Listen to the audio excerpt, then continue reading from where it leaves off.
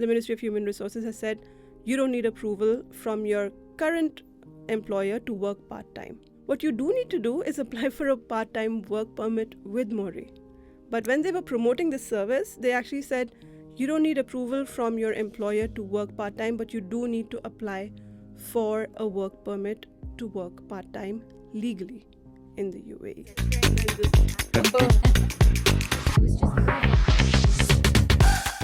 All right, welcome to a brand new episode of Tell Me Why. I'm joined today by Huda Tabrez, who's gonna talk to us about Huda's going to join us quite a few times on this show because she is our resident guru when it comes to living in the UAE. So anything laws, regulations, we always go to Huda. We ask Huda.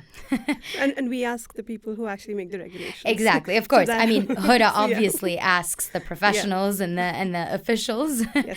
But Huda is our guru in-house.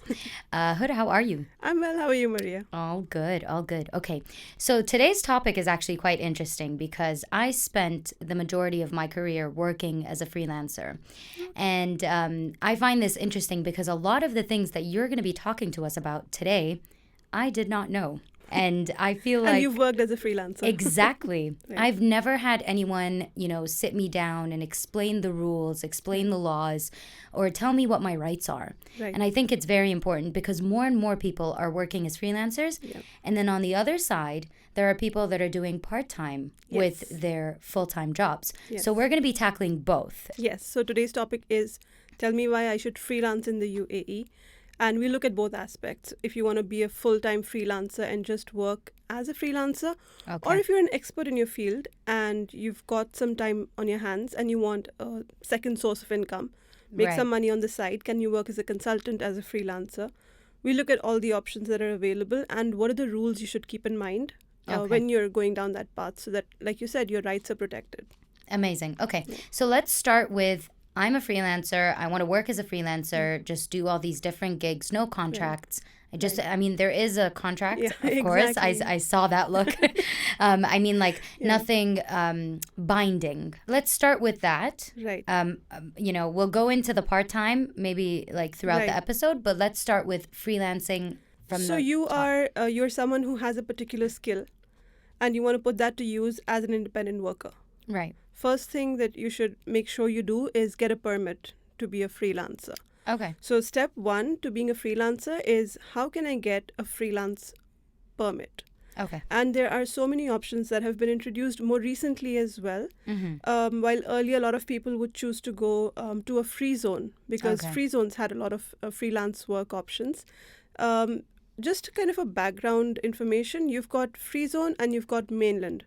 So the mainland companies are what you call the private sector in the UAE. Okay. And then free zones have their own regulations. They have a lot more flexibility to kind of set up the systems according to their industry, according to their, their own space.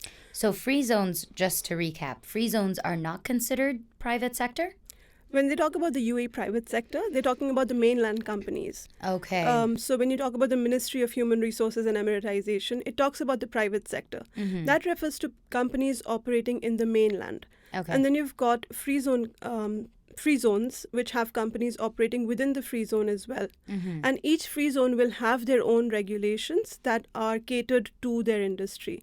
Okay. So while earlier a lot of people would go for a freelance work permit with a free zone, now, when it comes to mainland, you've got Dubai introducing, the freelance permit, Ministry of Human Resources introducing a freelance permit.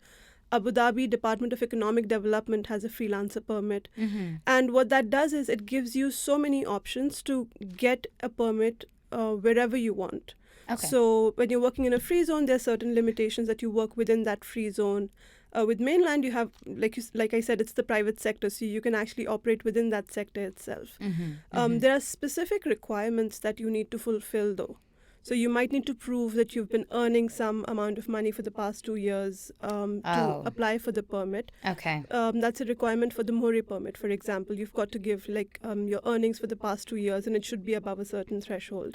So if I'm a fresh graduate and I'm starting work right off the bat, with nothing to my name. If you don't have any previous income, you might want to look at what are the requirements within a free zone.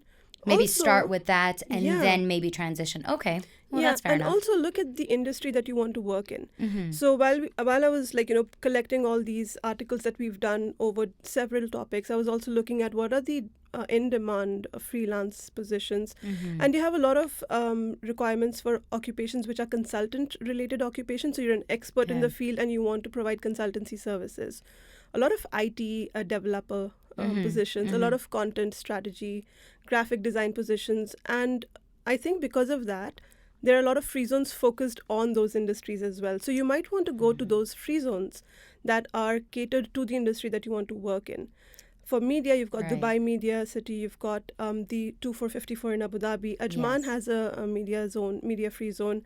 I believe Fujairah has a media free zone as well, which is focused on that industry, for example. Oh, great. So just on that topic, can you tell us maybe the top three industries that you like that are like the top three freelance industries, let's say? I couldn't. You can't? I couldn't, no. There isn't such a thing, like it's available There are over 40 free zones in the UAE. Okay. You've got media, which is a big part of it. You've got tech, so you've got Internet City. You've got a lot of tech industries, companies as well.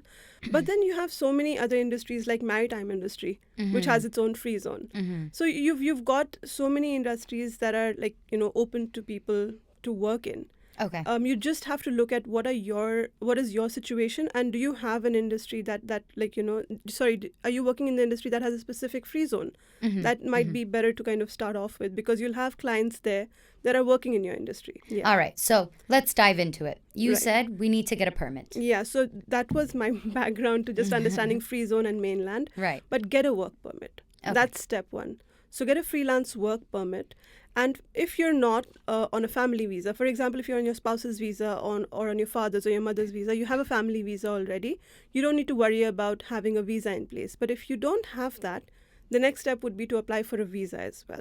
Yeah. So just to avoid any confusion, because I know that a lot of like new expats or fresh graduates don't know the difference between the permit and the visa, and they sometimes think they're interlinked. Yes. So the permit has to do with the job, the visa has to do with your status in the country. Residency status. In the country. Right. So the permit, let's start off with that. Right. For me to apply to it, who do I go through again? Go to a free zone authority if you want to go to a free zone, or go to the Ministry of Human Resources, or number 3 is the Economic Department of any emirate. Amazing. So DED, 3. Dubai Economic Department, ADDED, Abu Dhabi Department of Economic Development, Sharjah Economic Development Department. You've got every emirate having its own economic department. And what I see, from the information we get, is the cost can be a huge factor for a freelancer, obviously. Right. It can really range from 1,000 to 2,000 dirhams for the permit per year, up to over 7,000 dirhams per year. Wow. What kind of work are you doing? What kind of payment are you expecting? Is it making sense for you financially? Make sure you do your research and then apply for the permit. Okay. Because that's going to be a yearly or a 2-yearly cost based on which permit you apply for. Okay. And just like a follow-up question on that. Right. Would companies actually offer to make that permit for you? So as a freelancer, would a company actually volunteer to process the permit for you? If they're already a company in the free zone, Right. in a free zone, Right. would they offer that as a package? Would companies do that?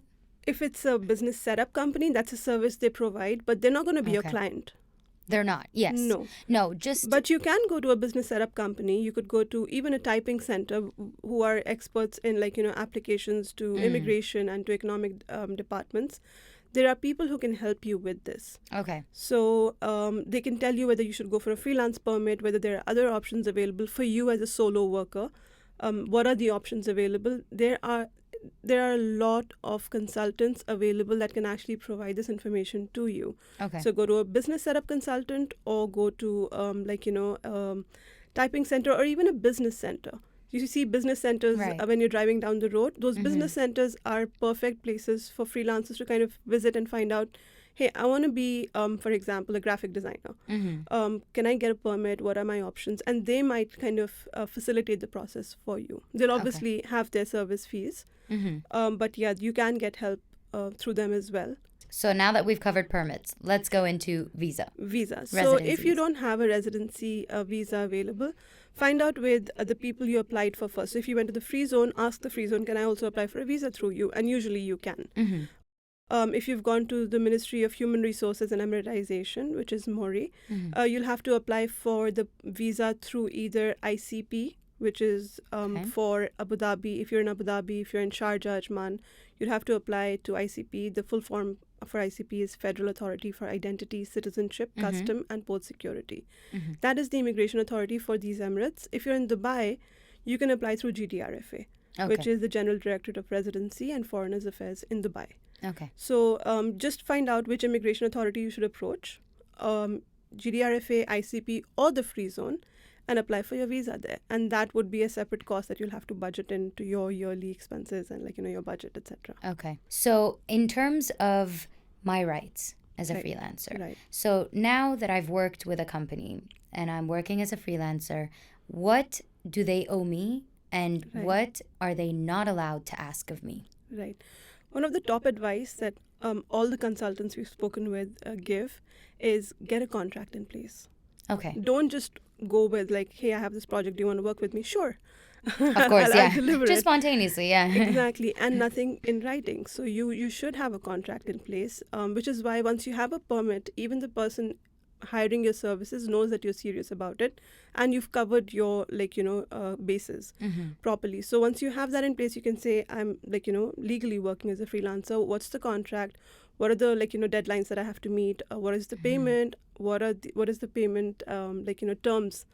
At which stage of the project will I get paid? How much? Mm-hmm. So once you have that approach, I think you'll also be starting off from a place where you're protecting your rights from the very beginning. So when it comes to rights, there are so many different aspects to the legal side of it. Like, can my client ask me to not work for someone else, Mm-hmm. for example? Exactly. I think that's a major question. A Right. lot of people think, oh, but what if I am a freelancer, but my employer, like my initial freelance gig, tells me I can't work for anyone else? Yeah. So I'm like hiring you to make my website. You can't make anybody else's website. Is that fair? Yeah. So the non-compete clause is an actual legal clause, Mm-hmm. which has its own parameters that are applied. So when can you apply the non-compete clause, and can they ask you to not go to any other client? Depends on what kind of work you're doing. Do you Okay. have industry secrets because of the work that they're giving you access to information that's going to be of value to their competitor? Mm-hmm. So and even if there is a violation, where you've got a conflict of interest, the application is also very, very specific. It's a very legally very technical kind of an aspect, but it's always advisable to speak to experts. Call Mori. Okay. Call them. They've got a free service which provides legal advice. Mm-hmm. So you're speaking directly to the ministry. We've got the number on here. I can actually look it up very quickly. Yeah. But Maury's got a free legal advice call center for people. Free zones will tell you what are your rights, etc. Yeah. So always try to get that in place first before you rush into a project, because I think you're also very desperate for work, and you Yeah. really want to get the ball rolling. And you Yeah. kind of avoid pushing these things which might make it Yeah. take longer to start the project or to get paid. But it's really important to have all the paperwork in place and do it as professionally as you can, so that you can also kind of protect your own rights. So what you're trying to say is basically you can dispute certain things with through Mohri, obviously, and by referring back to the law. If your employer is asking too much of you, Yeah. let's say I'm a graphic designer, but I Right. get another freelance gig as a Right. copywriter. Right. They have nothing to do with each Yeah. other. So technically, my Right. company cannot tell me that I Yeah. can't do that other freelance job. Right. But what if they decide to say, well, this is our deal and this is what you have to deal with? Can I actually raise a complaint? We have the whole non-complete clause aspect for freelancers, where they can ask you, but only in very specific kind of requirements, where they're giving you access to really, really important information that they're Okay. working on, like future projects that might jeopardize their profits in the future, because another competitor might come up with something quicker Yeah. and kind of derail their work. That's the specific example we got from one of the legal experts, where they're like, your company should be able to prove that they've suffered some major financial loss because Yeah. of the worker kind of going to another company and doing the same work for them. Yeah. So arbitrarily applying the non-compete clause is not encouraged. It's not even allowed. Like, the law doesn't allow it. It literally says Okay. your non-compete clause should be for the next certain years. Say exactly how much, how long this clause will be applicable, in which region. So you actually have to say you cannot work for another company.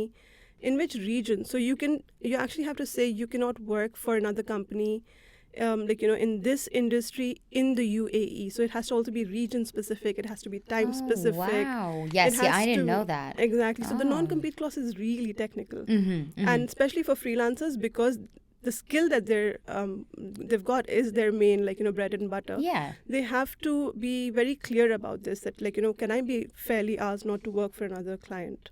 So it's highly unlikely that they would actually, push a freelancer to avoid another gig. You were saying it's very technical. Yes. It's very specific. It's highly unlikely to happen to the day-to-day freelancer. Yeah. So in a way. if you're literally helping an events company kind of set up their sound system, Yeah. you can't possibly. And I'm a copywriter. I mean, Exactly. there's no conflict there. Okay. Exactly. Cool. So another question, I think, that also falls under that, but I think will also tie into the part-time Right. topic that we will discuss throughout. But do I need an NOC? If it's your side gig. Okay. If I'm doing it part-time. yeah, But if exactly. I'm a freelancer, I don't need NOCs from anyone. You might still. If you're going to a free zone, they might ask you that you know how we spoke about, the work permit and the residency status. So Yeah. if you've got a sponsored visa, so your parent is sponsoring your visa or your spouse is sponsoring your visa, they might ask you for an NOC from your parent or your spouse. Oh, The free okay. zone might have a requirement that you need Okay. an NOC from your sponsor, visa sponsor, to issue a work permit. Okay. Got it. When it comes to you working full-time with the company in the UAE that's sponsoring your visa, then you can actually be asked to provide an NOC from the free zone. This is really important. The Ministry of Human Resources has said, you don't need approval from your current employer to work part-time. If I'm a full-timer. Yes. Okay. So you have a full-time job. Okay. And you also want to work part-time. What you do need to do is apply for a part-time work permit with Mori. But when they were promoting this service, they actually said, you don't need approval from your employer to work part-time, but you do need to apply for a work permit to work part-time legally in the UAE. I'm mind blown. Like I'm speechless. I just don't know what to say, because I always thought that you had to get the permission from your employer, and I thought That's right. that was always the issue. But what if my employer says no? Can they legally say no? Like, let's say as you said, I am, a copywriter and I want to do event management or whatever, or help out with events. I mean, away from the non-compete, clause that they put, would they? According to Mori, you don't have to even ask them for permission. They don't have any right to ask you to not work part-time. Which is literally, I did a double take when I saw that post from Mori. I'm like, okay, that's a huge story for us, because a lot of people advise people to get just a clearance from your employer to make sure you don't have any issues or any misunderstandings. Of course. So always be on good terms with your employer. Even if you're working on the side, let them know, have an NOC. Best practice kind of a suggestion. Right. But when it comes to the legality of it, Mori has clearly, unequivocally stated, you don't need permission from your employer to work part-time. Like, I can't Exactly. even, that is news to me, and I don't think that's I've the ever heard ministry it. saying it. Yeah, and it's great that the ministry is backing that up. Before we talk about benefits of freelancers, let me just raise a challenge that you might have. Sure. How will I get paid? Right? Oh, yes. And one Yeah. great suggestion given to us by one of the consultants we interviewed was, instead of getting a freelance permit, see if you can actually start a company as a sole owner, sole proprietorship. Because what that does is, if you're working, Maria Botros, as somebody who's a freelancer, you're working under your birth name. Okay. So your rights are as an individual. Okay. can you open a bank account if you're not getting like monthly salary of 5,000 or 2,000, whatever is the requirement for the bank? Oh, wow. It'll be tricky. Tricky, yes. But if you are Maria Botros sole proprietorship, so now it's a legal entity, it's a company. What that does is it allows you to actually start a corporate account a lot more easily. Okay. So having a company under your name, you don't have to hire people from that company. It's not even going to cost you a lot more than it would have to get a freelance permit. Okay. But starting a company as a freelancer, a sole proprietorship, is a great option for bank account, setting up a bank account, getting your banking things in place. So just something that I really want to put in there in the mind of someone who is genuinely looking to seriously start as a freelancer. Think of starting a sole proprietorship. That is the advice that was given to us by one of the business consultants that we interviewed. And he said that there are a lot of limitations that come into place when you're working as a freelancer, which are kind of covered if you're a company. Again, a great example they gave is, let's say you're a photographer. Okay. You do wedding photography. Right. Your best friend's getting married. They can't hire you as a freelancer because freelancers can be hired only by companies. So you need to get into... Oh my goodness, that makes sense. Like you're doing it on your own. It's the same thing, but you just have a company. Exactly. You can get hired by individuals, including your best friend for their wedding. And companies. And companies. So you get the best of both worlds. B2B and B2C both open up for you. That is interesting. So that kind of really helps you get more clients. It might cost a little more over time, but it really increases your options. So it costs more because of the license, or what? Like what is the cost? Instead of the work permit, you're applying for the business license. Okay, gotcha. Right? It can be slightly more, where you could have gotten one of the cheapest freelance permits is for 630 dirhams, if I remember correctly. Oh, okay, that's actually not so bad. Which is really, really low. It was actually something that was promoted by Abu Dhabi as something that, like, you know what, we want to push people to kind of explore their creative skills. Very low. The average freelance permit won't be that low, but that is an option available. Right. It's definitely going to be more costly to set up a sole proprietorship. Yeah. But even compared to other licenses, it's cheaper. And when it comes to payment, you can start a corporate bank account. Okay. It's easier to set up a bank account, from that perspective. If you're not doing that, it's not like really, really difficult to kind of get paid either, because what I've seen is a lot of UAE banks have started opening up options for online wallets that you can use as a freelancer as well. Right. But get that as well, do your research for what works for you. Do you want to use PayPal, or do you want to use something else? Like, do you want to use a local bank? Because it does give a lot more credibility to you if you've got like an account with a local bank that's operating. So you've got online wallets that you can use to kind of get the payment in place, but have that contract in place, please, because that contract will say that by May you should be getting paid X amount of money and stuff. So that helps. People need to safeguard their rights and what they're owed, basically. Yeah. So I truly believe that that's the best piece of advice for a lot of freelancers. A lot of freelancers think it's not contractual. That's the thing. No. And they seldom remember to ask whoever's employing them or whoever's hiring them for a written form of what they're going to be getting. Exactly. So I think that's an important takeaway. For me, the big thing was think about getting a sole proprietorship license instead of a freelance permit, because that gives you some perks.